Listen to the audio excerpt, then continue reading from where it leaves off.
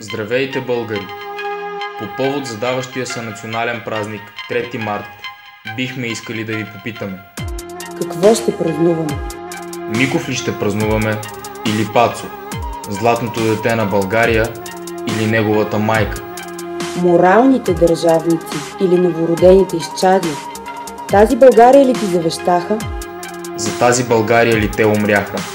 Не!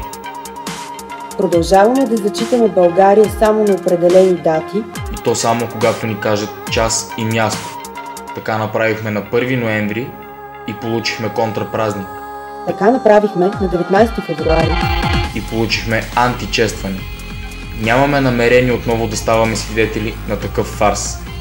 Поради тази причина няма да присъстваме на официалното честване на 3 марта. Няма да гледаме лицемерието на мазни, уядени карикатури. До сега ви викахме пред Народното събрание.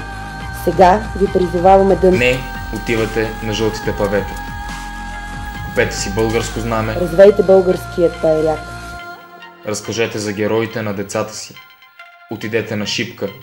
Отидете във Велико Търново. Отидете там, където ще се чувствате горди. Че сте българи. Това едва ли ще е на жълтите павета.